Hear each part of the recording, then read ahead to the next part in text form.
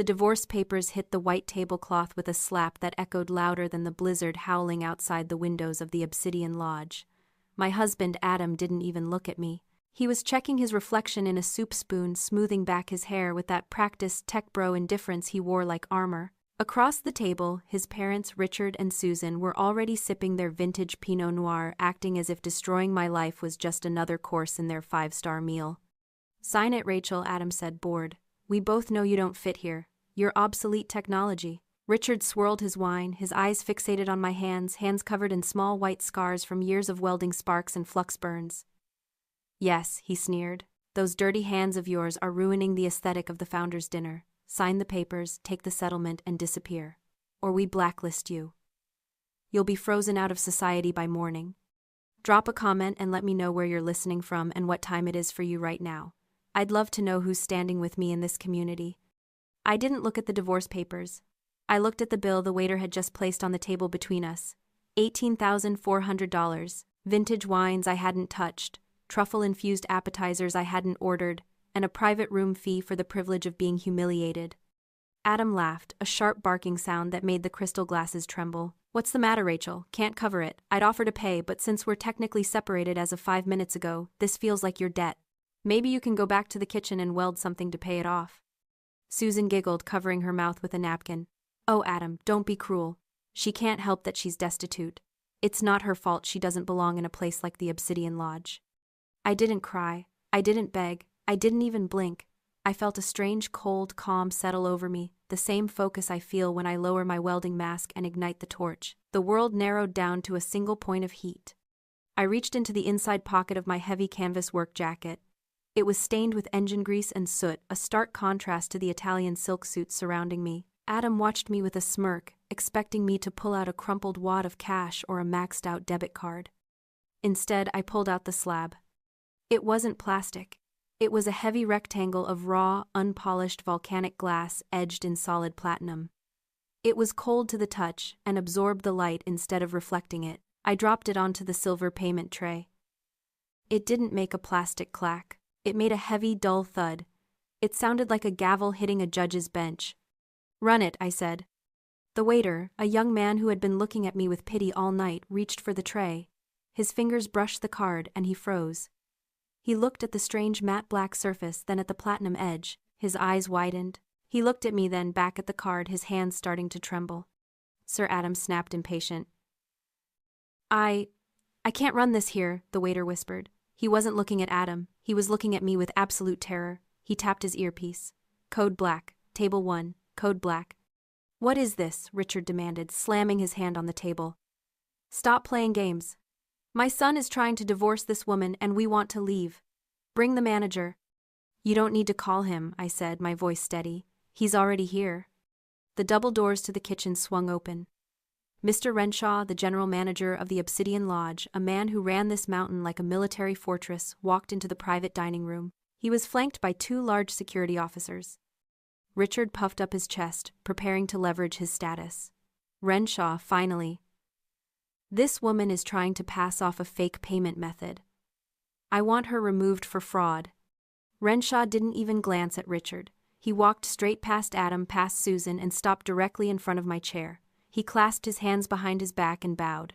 It wasn't a polite nod. It was a deep, deferential bow. "Miss Kincaid," Renshaw said, his voice cutting through the tension like a laser. "We weren't expecting you this season.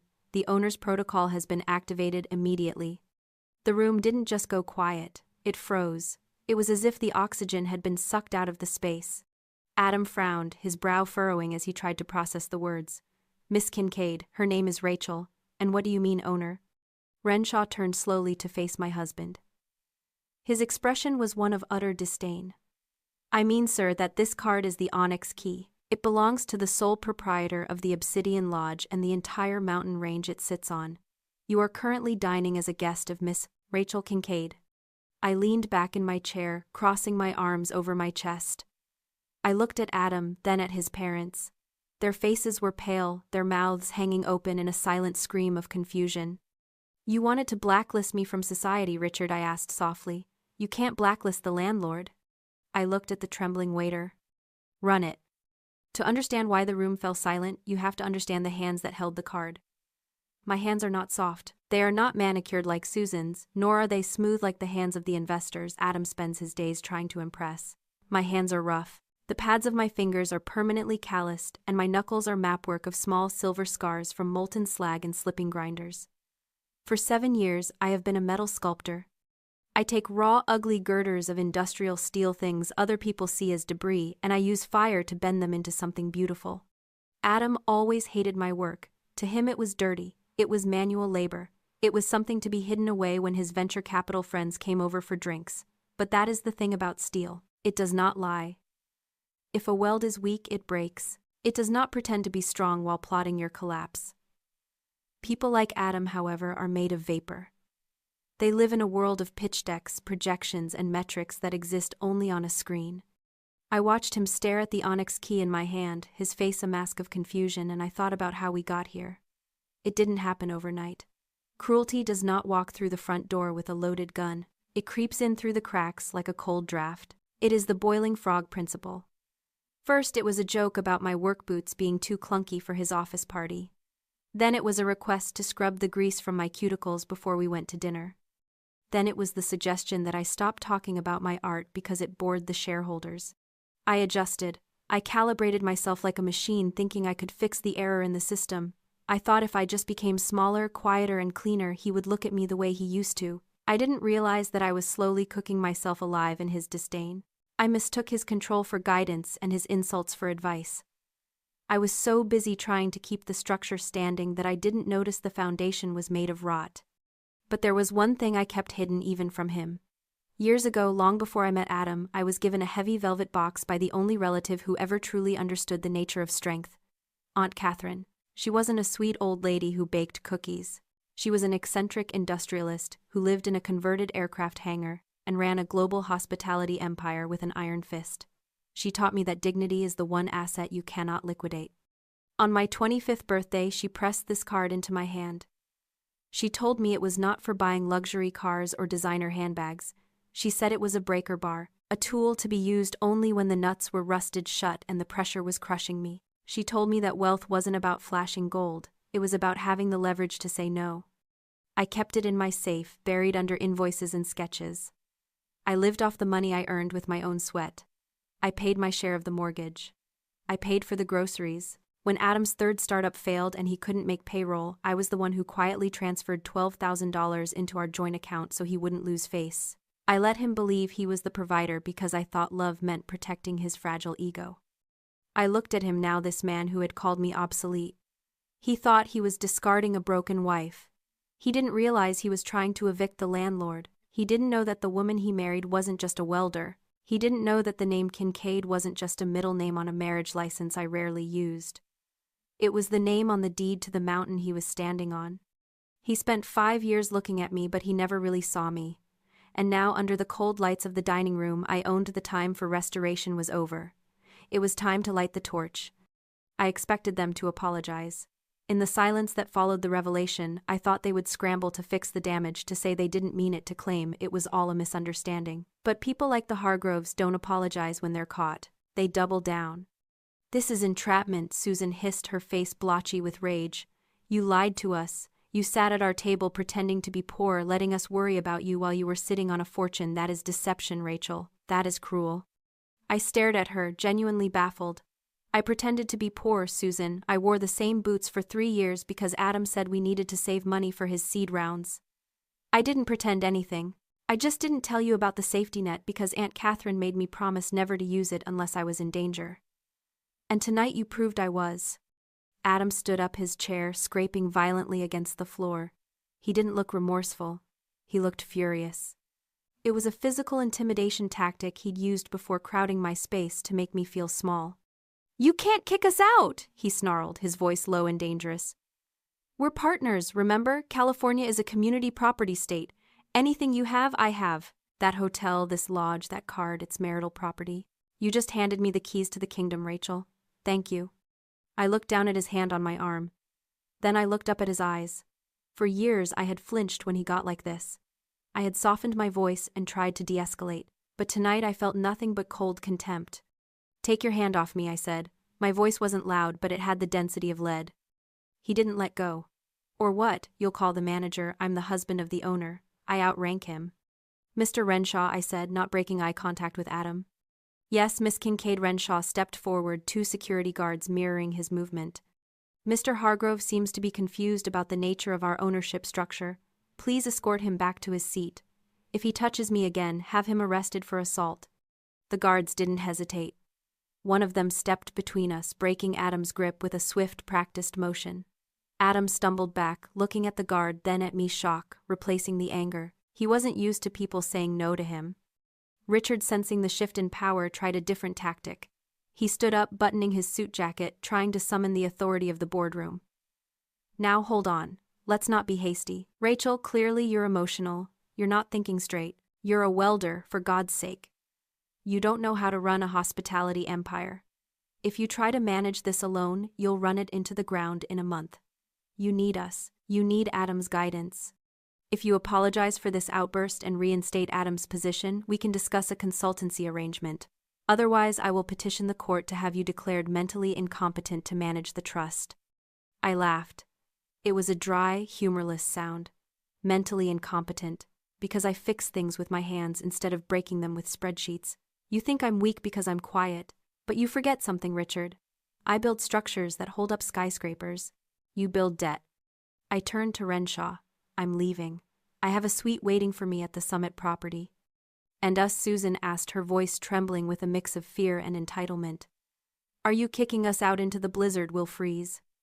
I looked at them one last time. The wine was still breathing on the table. The fire was still warm. They were surrounded by luxury they hadn't earned and couldn't afford. No, I said. I'm not kicking you out. Keep pouring the wine, Renshaw. Let them order whatever they want. Let them stay as long as they like. Adam looked hopeful. Yes, I said, walking toward the door. I want you to sit in this beautiful room, drinking my wine, eating my food, and knowing that you are only here because I allow it. I want you to sit in the expensive seats you can't afford and think about the fact that the woman you called trash owns the roof over your head. It's a far worse punishment than the cold. I walked out of the dining room and into the lobby. The heavy timber doors closed behind me, sealing them in their golden cage. I didn't look back. I went to the Kincaid Trust offices in Denver the next morning. The building was glass and steel-sharp angles cutting into the blue winter sky, the kind of structure I used to admire for its engineering while feeling out of place in its lobby. Today I walked in like I owned it, because I did. My lawyer, Sarah, was waiting for me. She wasn't the type to offer tea and sympathy. She offered espresso and subpoenas. She had a team of forensic accountants who had been working since 4 a.m., pulling every financial thread attached to the name Hargrove. You were smart to demand that transparency clause in the prenup, Sarah said, projecting a spreadsheet onto the conference room wall. It's going to be the autopsy of their lifestyle. Take a look. I stared at the screen.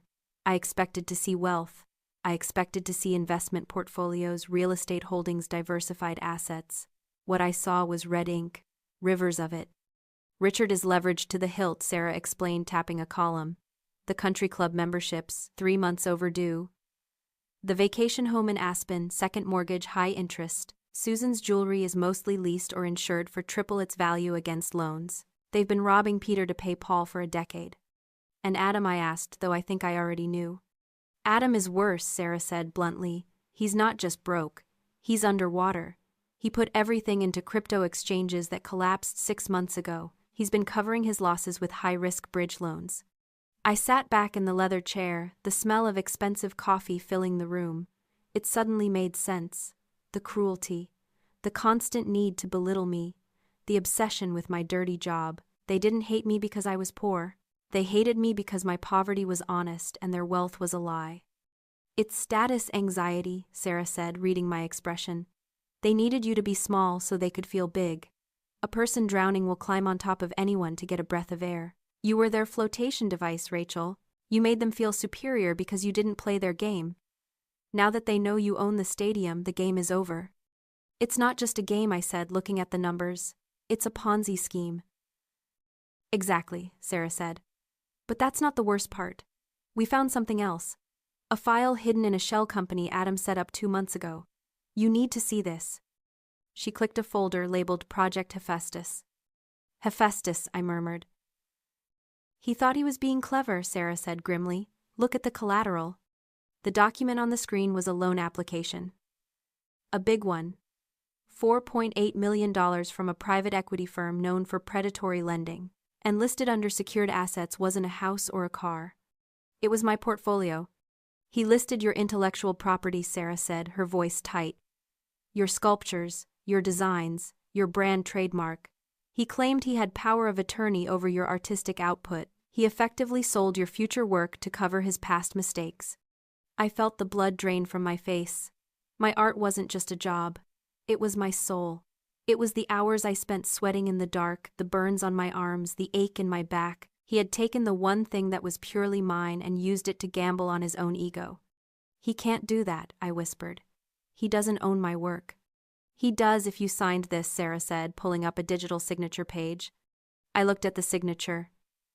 It was a perfect replica of my own. Too perfect. It was a digital stamp copied and pasted. I didn't sign that, I said, my voice turning to ice. I know, Sarah said. The timestamp on this document puts you at a gallery opening in Seattle. You were 3 states away.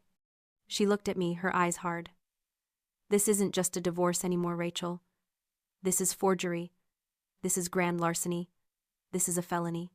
I looked at the screen at the man I had once loved reduced to a criminal file. He hadn't just tried to leave me with nothing. He had tried to steal who I was to save himself. Get the papers ready, I said. I'm not just countering the divorce, I'm pressing charges. Sarah pulled up the loan documents again, highlighting a section buried deep in the fine print. This isn't just about debt, she said, her voice dropping an octave. Look at the default terms. If he misses a payment, which he already has, the lender seizes the collateral immediately. They don't foreclose, they extract. I leaned in. The lender wasn't a bank. It was a private equity firm called Vanguard Holdings. The name sounded sterile, but the terms were predatory. They had the right to auction my intellectual property rights within 48 hours of default. He didn't just borrow money. I realized the horror setting in. He set me up to be erased. He knew he couldn't pay this back. He was counting on the divorce settlement to cover it, or he was just going to let them take my life's work and walk away. It's worse, Sarah said. The loan was taken out to cover a margin call on his crypto losses. He burned your art to pay for his gambling addiction. And because he forged your signature as a co-guarantor, he made you liable for the entire $4.8 million if the collateral doesn't cover it. I stood up and walked to the window. The city below looked small, manageable. But inside, I felt like the walls were closing in. My sculptures weren't just metal. They were my voice. They were the only thing in my life that Adam hadn't touched, hadn't criticized, hadn't tried to mold into something corporate and shiny. And now he had turned them into a bargaining chip.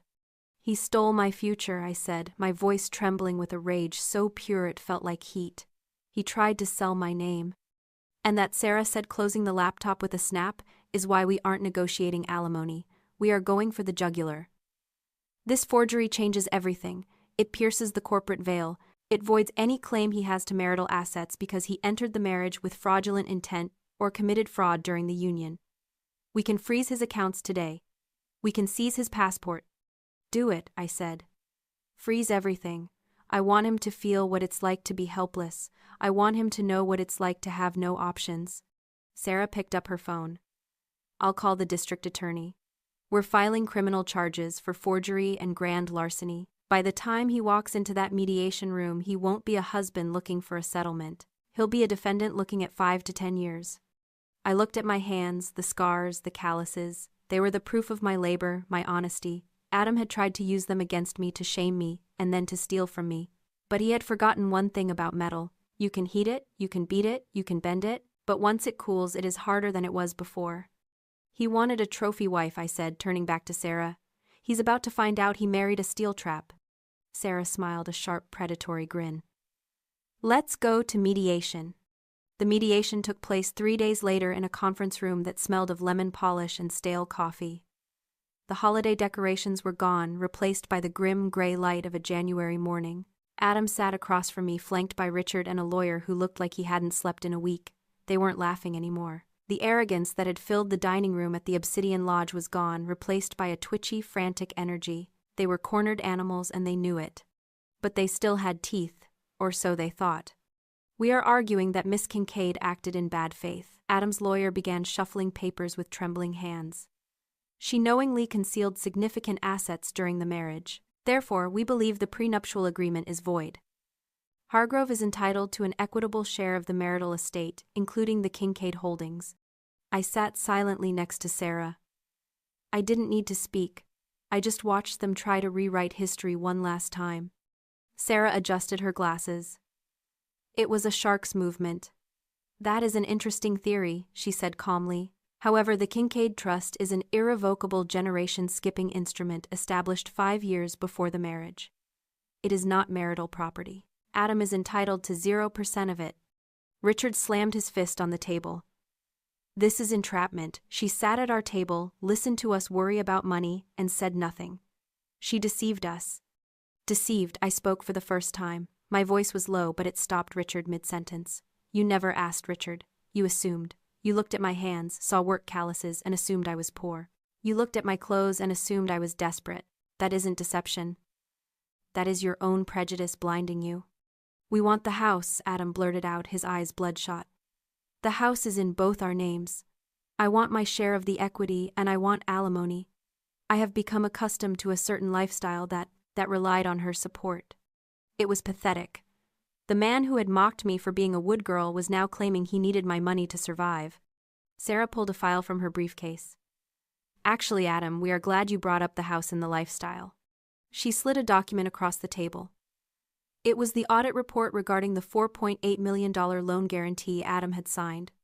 According to the transparency clause in your postnuptial agreement, the one Rachel insisted on years ago, you were required to disclose all debts and liabilities under penalty of perjury, Sarah said. You failed to do so. You hid a massive liability attached to a failing crypto venture.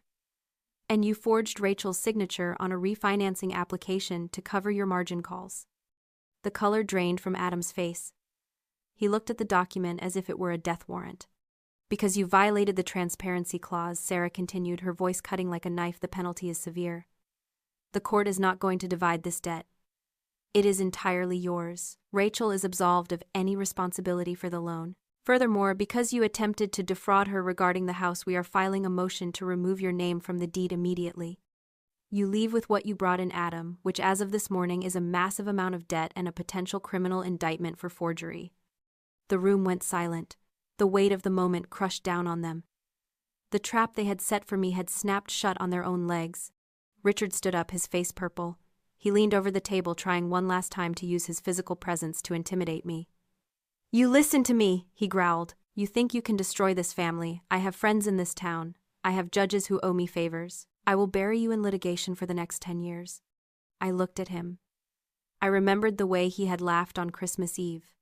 I remembered the way he had toasted to my homelessness. Sit down, Richard, I said. I didn't shout. The authority in my voice was absolute. You have no friends. You have accomplices.